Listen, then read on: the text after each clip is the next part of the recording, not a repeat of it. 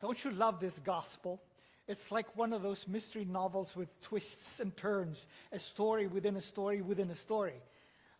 Obviously, the main theme is faith and how faith rewards us.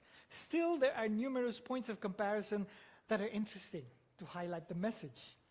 Look at this. The hemorrhagic woman shows great faith that she will be cured merely by touching Jesus' garment.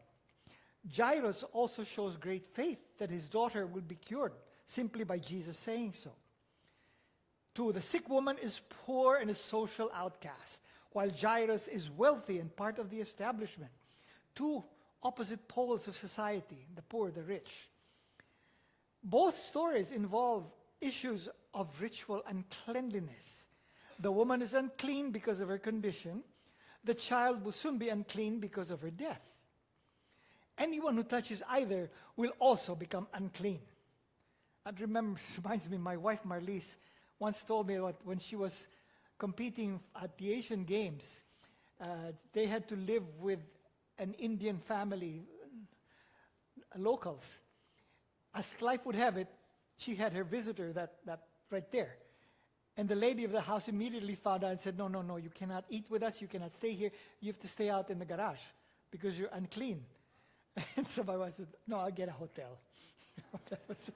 Anyway, interrupting this journey to Jairus' house heightens the drama, just like he did with Lazarus. He had waited 4 days. So this one, he's talking to this woman. Come on, somebody's dying. Forget the woman. I think Jesus wanted everyone to realize that there was absolutely no question that the girl was as dead as a doornail before he performed his miracle. That's to prevent the scoffers. And if you notice, only Jairus and blind Bartimaeus are named. Neither the woman nor the child are identified. Why? This renders their identities as immaterial to the storyline. Nothing to do with it. And now, both the woman and the child are addressed as daughter. And the woman was afflicted for 12 years. The child is 12 years. Another coincidence. I think in both stories, the Greek word sozo is also used. It means healing or salvation from a dangerous situation. But both stories are not just about healing. It's actually of salvation stories as well. So like I said, faith is the key component in both stories. Last week we also spoke about faith. Remember in the boat and everything? Have you no faith? So it should be as well for us, even if we cannot see anything. As they say, faith is felt, not seen. As an aside, before when I was operated for cancer, the lead doctor told me that, Father, you have only about a 7% chance of surviving this operation because it was major, and you're old. She said, would you rather just go on medicine and just wait for it to come? And I said, you know what? I'll take my chances with the Lord. Guess who won? I did. Haha. Still here. But I had no choice. Faith. And many times we do so because we have no choice. And we forget, coming from a Catholic background, that God really is not our God, is not a transactional God. We don't say, God, I'll go to 7 masses if you'll give me this. I'll say these prayers if you'll give me that. I'll do this if you do that. It's like, it doesn't work that way. God is a relational God.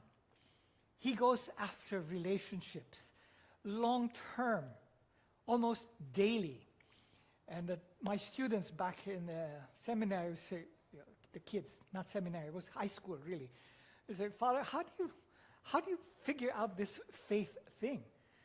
I can't see it. I can't do anything with it. I said, well, look at your own mother and father. They have a faith relationship with each other. They trust each other. And they do it every day of their lives. You have best buddies. You trust your buddies. The same way we must trust Christ. If you have that relationship with Him and you tend to trust Him, that's all there is to it. You can't really prove it, but it's there and it will come out. So, lastly, another key component, aside from faith alone, is the fact that both the woman and Jairus made the effort to reach out to Jesus. I always told my students, while faith alone is definitely super important, cornerstone of our religion, because without faith we have nothing, we still have to make that effort to move, to reach out, to spread it.